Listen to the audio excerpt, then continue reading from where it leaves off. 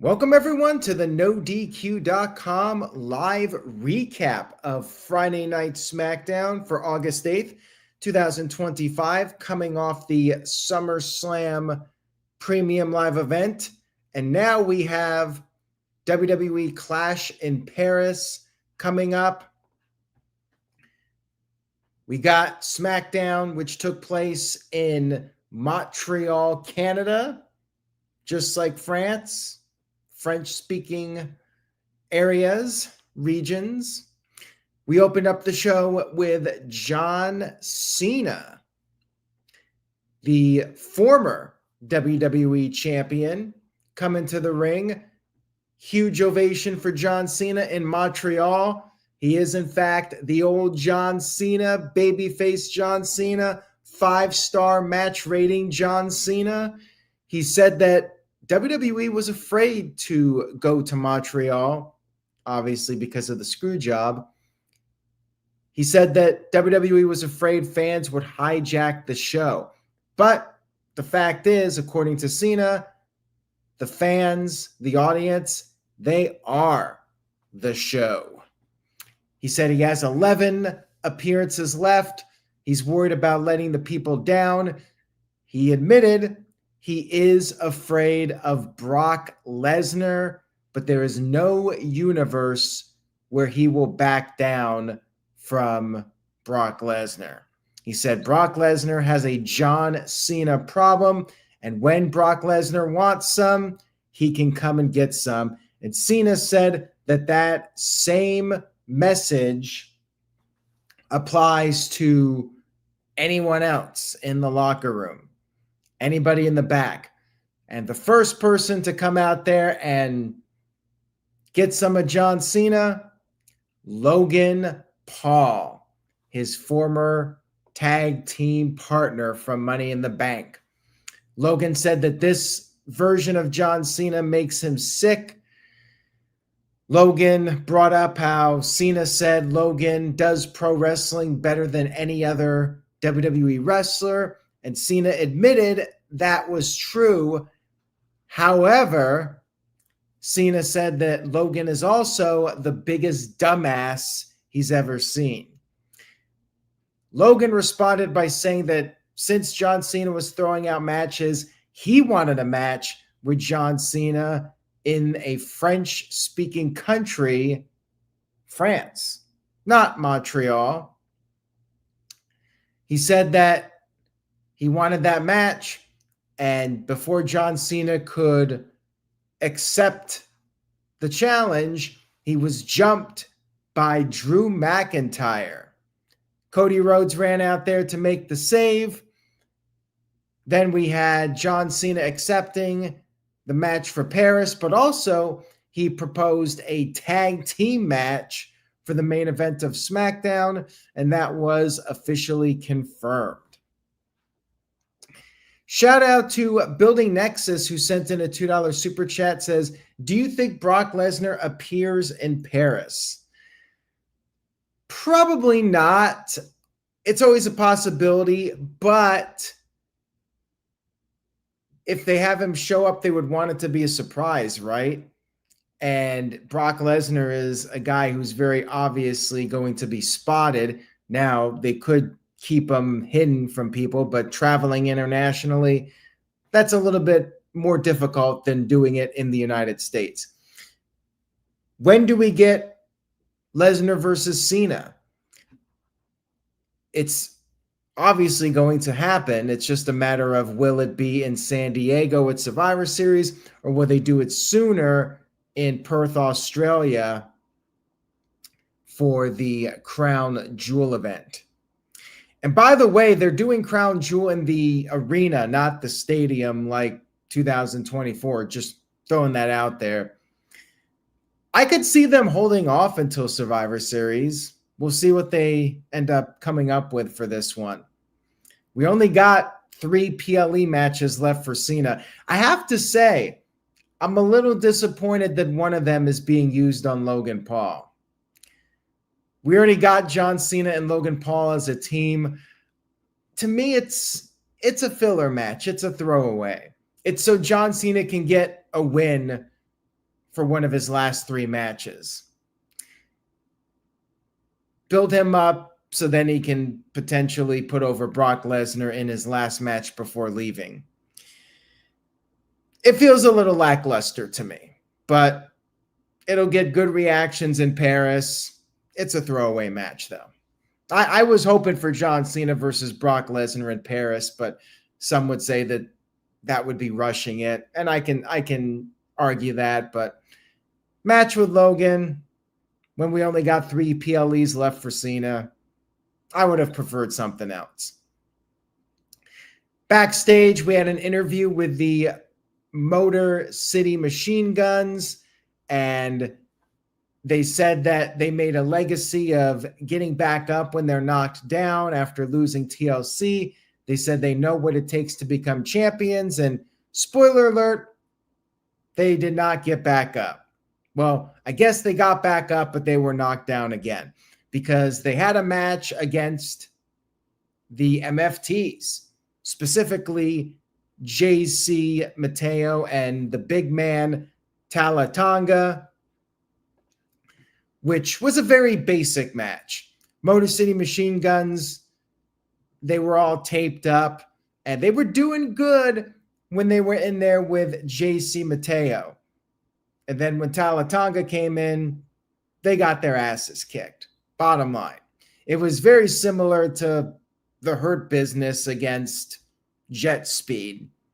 When Lashley's not in there, Jet Speed does okay. But then when Lashley tags in, they're out of their element. Same situation here. And they did get in some offense on JC, but then once Talla was in, he did the choke slam and he pinned Chris Sabin.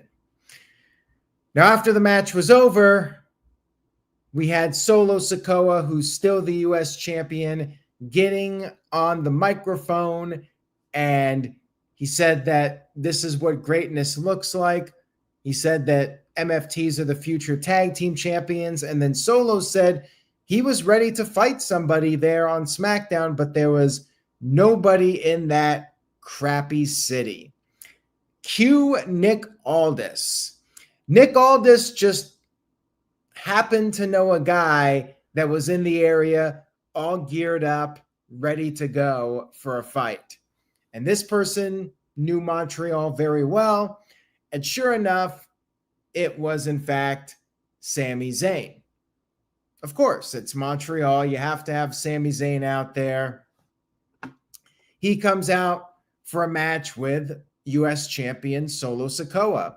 Crowd is loving Sami Zayn. They're doing the Olay, and he's doing very well, but the MFTs get involved. Talla Tonga, who was still out there, took a cheap shot when Solo distracted the referee. And then after the break, Zayn did a sunset flip powerbomb. Solo got out of that predicament, and then he hit the spinning solo. Sami Zayn kicked out of that, and then he went for the spike.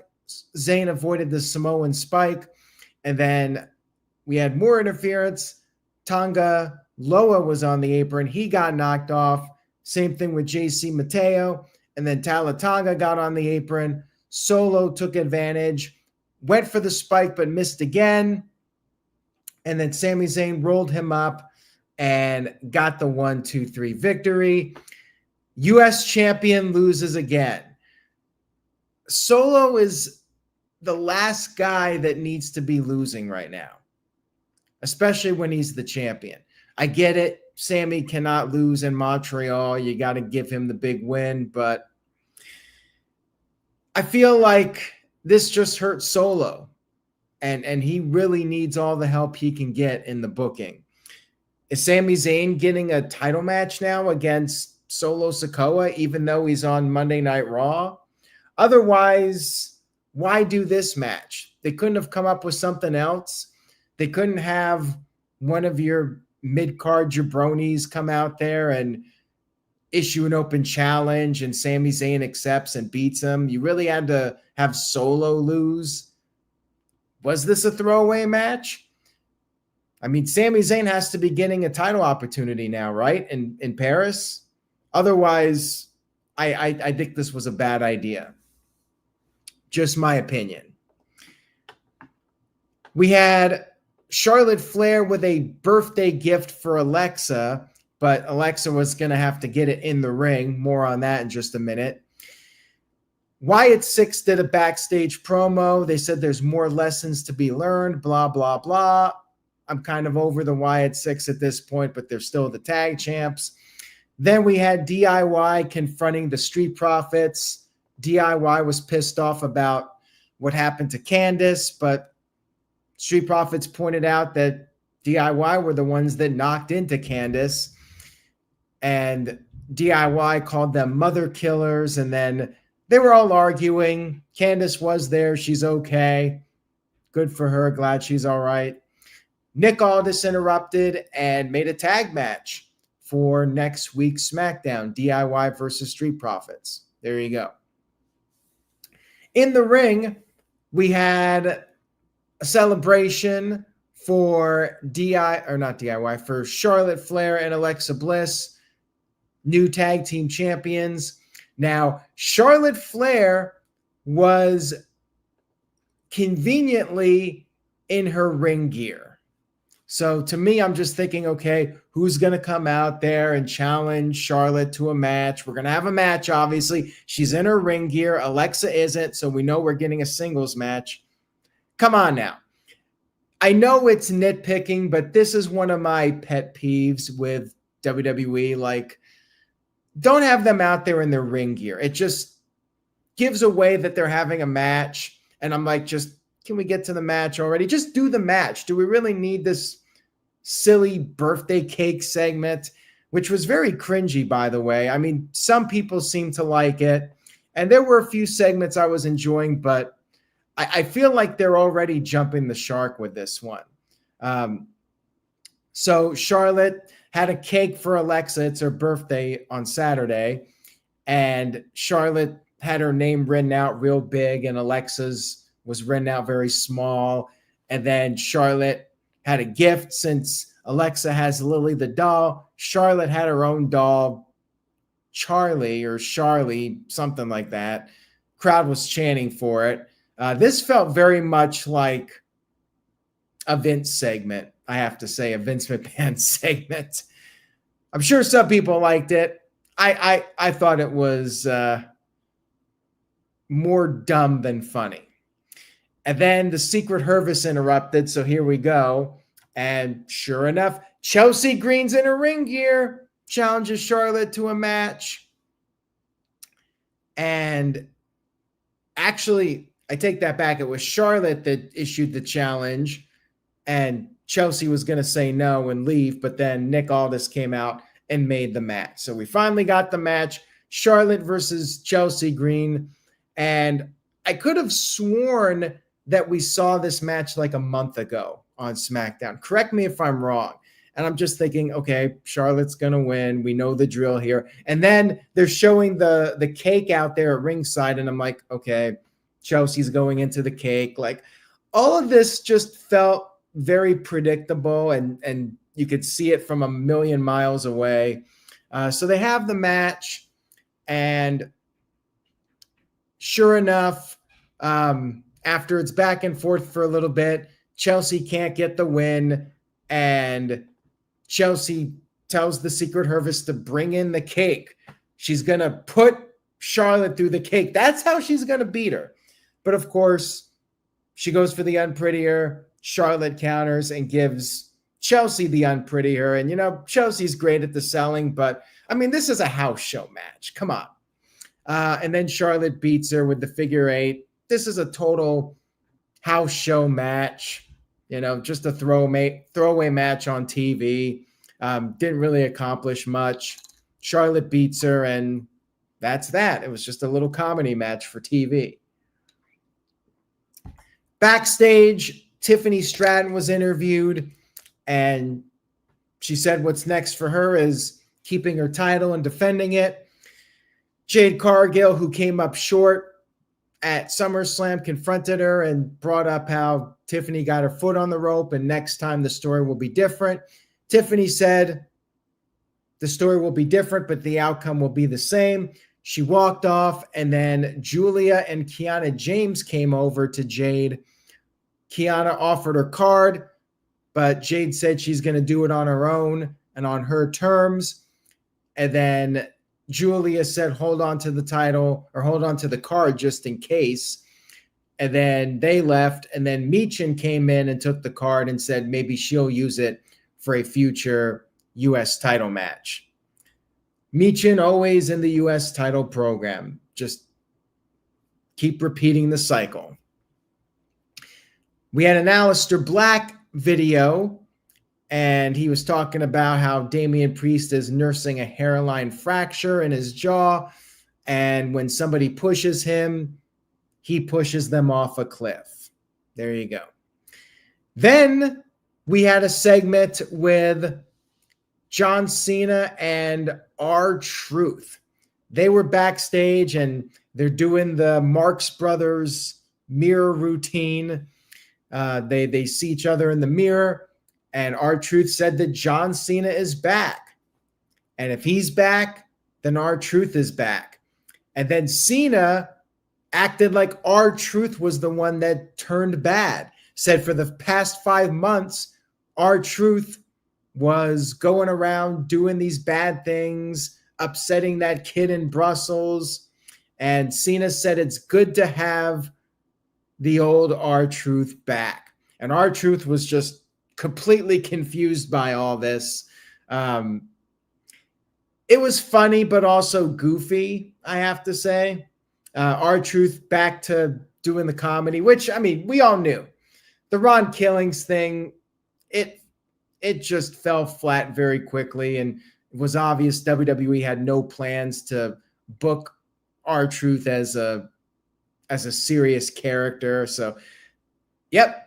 What's that meme about the blue potion and you forget everything? Like, yeah, the John Cena heel turn definitely done, and Ron Killings, that's done as well. We're back to everything. It's like that episode of The Simpsons with the Seymour Skinner, the real Seymour Skinner, and then you have the imposter, and then at the end they just ship off the real Seymour Skinner, and then the fake Skinner is the real Skinner again, and everything's back to the way it was. I mean, that's basically what this whole John Cena thing is. They threw in the towel on the John Cena heel turn, which, I mean, they could have played it out a little bit longer, but a lot of people felt like it fell flat once The Rock and Travis Scott. Well, once The Rock was gone, Travis Scott shouldn't have really been part of it to begin with. But yeah, this was funny / goofy.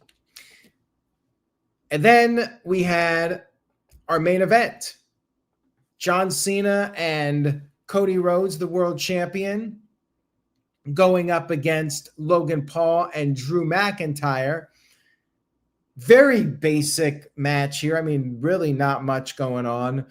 The crowd was chanting F you, Logan, which got censored by USA. Cody and Logan Paul went at it for a good deal of the match.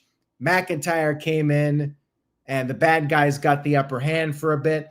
Then John Cena finally got the hot tag, and Cena just did his signature moves, 5-knuckle shuffle, attitude adjustment to Logan Paul. But then Drew McIntyre broke up the pin to save the match. So Logan was going to lose right there. We're doing Logan versus Cena, and Cena already had him beat. And it was McIntyre who saved the match. Then Logan hits a low blow to Cena to cause a DQ. So yeah, it was a total throwaway match, just to get Cena out there to do a few moves. They fight to the back, Logan Paul and Cena. So it's just McIntyre and Cody. And then they set up Cody Rhodes versus Drew McIntyre, I presume, for Clash in Paris. Cody clears the table. And then McIntyre takes advantage, hits him with the championship, stares at the title. He gets all possessed. And then he gives Cody a claymore into the table breaking the table in the process, the bottom of the table. And that was good. That was a good spot to set up the match. To me, this was the best thing on the show, was the end here. I thought that was good. I agree with Steve-O. For the most part, this was a pretty unremarkable SmackDown coming off of SummerSlam. But I did like the ending, so I bump it up a little bit. I mean, I was even thinking as low as 4, but I will go to 5 for this one because of the ending. Otherwise, to me, it was a little bit of a lackluster SmackDown. So averages out, decent SmackDown, but nothing too special. And the Montreal crowd was great, but I don't think they got a real stellar show here. I thought they got a pretty mid show, if I must say so. I think this week I gave Raw, Dynamite, and SmackDown all 5s. Just an average week of wrestling. Nothing too spectacular. Hopefully next week we'll pick things up. And then we got WWE going overseas again. And I really hope they put more effort into those shows, because I feel like the WrestleMania shows, the European tour they did, a lot of those were disappointing. Hoping they'll pick things up here. No Brock Lesnar. And going back to earlier, maybe he shows up in Paris, or maybe he comes out after that and they do something in Perth. I guess it depends. If they're doing the match in Perth, then you would think he might show up in Paris. But if he's not coming back until the Survivor Series match, then I would not expect him in Paris. It just depends on when they're doing the Brock match. Quite frankly, they should probably do the Brock match at Survivor Series, just because what bigger match can you do for Survivor Series with John Cena? Unless you throw him in there in War Games, which I guess is a possibility. If they're doing War Games and they want to put John Cena in there, then they should definitely do the Brock match in Perth. We'll see what they do for these last couple matches, but I hope they have something really good for Perth, and obviously Brock will be one of those matches. Hopefully the other one, they got something good planned, because Logan Paul, I could take it or leave it. It'll be entertaining, but obvious outcome, Cena's winning. All right, guys, that's all I got for tonight. Thank you so much for watching. I hope you enjoyed the video. If you did, please give this video a thumbs up and leave a comment. Let me know your thoughts on SmackDown, what you liked, what you didn't like.